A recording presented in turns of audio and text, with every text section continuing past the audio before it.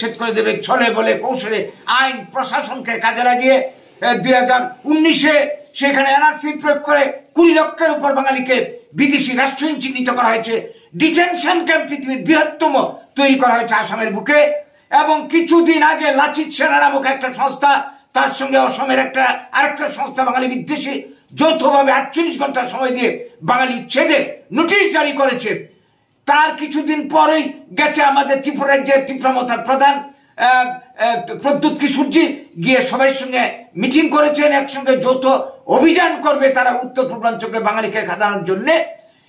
এইভাবে একের পর এক বাঙালির উপরে এই ধরনের আঘাত আজকে লক্ষ্য করে দেখুন, সব কটা রাজ্যে অসম, ত্রিপুরা, ভারতবর্ষে বিভিন্ন রাজনৈতিক দল আছে, কারোর একটা প্রতিবাদ নেই। রয়েছে মানবাধিকার কমিশন, কোথায় সেই মানবাধিকার কমিশন? একটা শব্দ নেই। এই যে ঘটনাগুলি একের পর এক হয়ে চলেছে আর সহ্য করা যায় না। আমরা এই নিয়ে বারবার পাবলিককে সতর্ক করছি, সরকারের দৃষ্টি আকর্ষণ করছি। এইভাবে যদি চলতে থাকে আমরা আর বসে থাকবো না।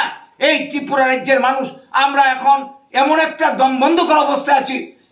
এইখানে চলছে 144 ধারা, এখন আদালতকে পর্যন্ত তারা মান্যতা দিচ্ছে না বর্তমান সরকার। একটা এই যে টিএস কি বলবো উচ্চ মানে অফিসারদের একটা সম্মেলনে মাননীয় মুখ্যমন্ত্রী কি ধরনের কথাবার্তা বলেছে, আদালতের প্রতি পর্যন্ত, আইনের প্রতি পর্যন্ত ওদের আস্থা নেই। তো এই পরিস্থিতিতে আমরা বাধ্য হয়ে আজকে আপনাদেরকে ডেকে এনেছি, সাংবাদিক সম্মেলন করছি। আমরা আমাদের পরিকল্পনা হয়েছে সারা রাজ্য জুড়ে আমরা এই যে অসমের ঘটনাটা নিয়ে আমরা আন্দোলন করব। আমাদের কেন্দ্রীয় আমরা বাঙালি কমিটির পক্ষ থেকে এর মধ্যে আন্দোলন ঘোষণা করা হয়েছে, পশ্চিমবঙ্গ আন্দোলন হচ্ছে, বিভিন্ন জায়গাতে আন্দোলন হচ্ছে। আমরা এই আন্দোলনকে সারা বাংলার অঞ্চলে, ভারতবর্ষে আমরা ছড়িয়ে দিতে চাই। আপনাদের মাধ্যমে আমরা আমাদের বার্তা সরকারের কাছে দিতে চাই এবং জনসাধারণের কাছে পৌঁছে দিতে চাই। এই চরম বিপদের দিনে জাতি, আজকে বাঙালি অংশের শিক্ষিত বুদ্ধিজীবী যারা রয়েছেন, সুশীল সমাজ, তাদের বিবেকের কাছে আমাদের আবেদন, আর কতদিন আপনারা অপেক্ষা করবেন? আর কত আঘাত আসলে বাঙালির উপর আপনাদের চেতনা ফিরবে? এই দুর্দিনে আমরা সবাই সহযোগিতা চাইছি। জাতির এই বিপদের দিনে সবাই মিলে আমরা ঐক্যবদ্ধ প্রতিরোধের মাধ্যমে এই ধরনের বিপদের হাত থেকে যাতে জাতিকে রক্ষা করতে পারি, তার জন্য আপনারা সবাই এগিয়ে আসুন। আপনারা সাংবাদিক বন্ধুরা, আপনাদের প্রতি আমাদের ভরসা আছে, আপনারাই পারেন এই জাতির দুর্দিনে জাতিকে জাগ্রত করতে। এই বার্তাটা আজকে আপনাদের মাধ্যমে আপনাদের কাছে আমরা রাখলাম।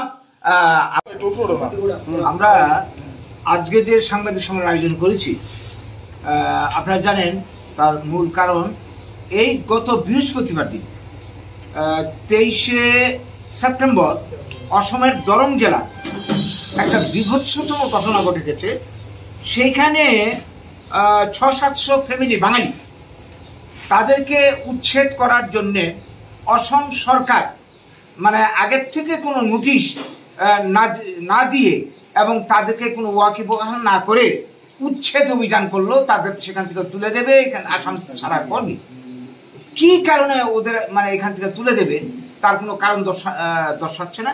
ওরা বলছে ওরা নাকি বাইরের লোক, বহিরাগত ইত্যাদি। তো যদি কেউ বাইরের লোক হয়ে থাকে, এই রাজ্যের এই দেশের লোক না হয়ে থাকে, আইন অনুযায়ী ব্যবস্থা নেওয়ার আগে তাদেরকে আগে জানাতে হবে, তাদেরকে নলেজে দিতে হবে যে তোমরা এই দেশের নাগরিক নও, বা তোমাদের কাছে কি প্রমাণপত্র রয়েছে, তোমরা যেখানে থাকছো আমাদেরকে প্রমাণপত্র দাখিল করো। প্রমাণ যদি দেখাতে না পারে তাহলে আইন আছে, আইন অনুযায়ী ব্যবস্থা নেবে।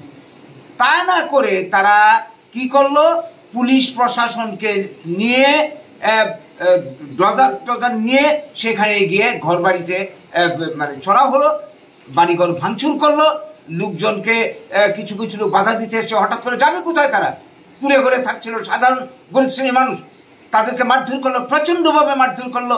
3 জন জায়গাতেই মারা গেল, 20 জনের উপর আহত হলো।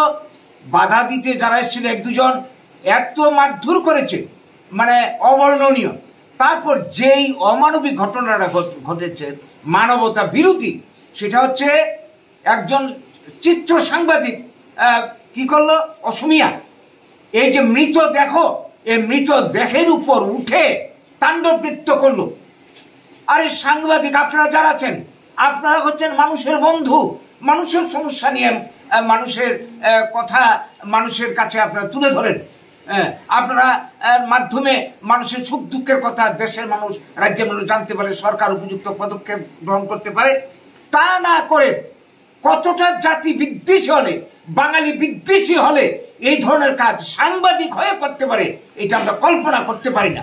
এই যে এত বড় একটা ঘটনা আসামের বুকে, সে 50-এর দশক থেকে এই পরপর বাঙালির উপর আঘাত, ত্রিপুরাতে যেমন 80 জনের গণহত্যা 50-এর দশক থেকে বঙ্গালকে আন্দোলন হয়েছে, আসামের বুকে সেইটাই হয়েছিল।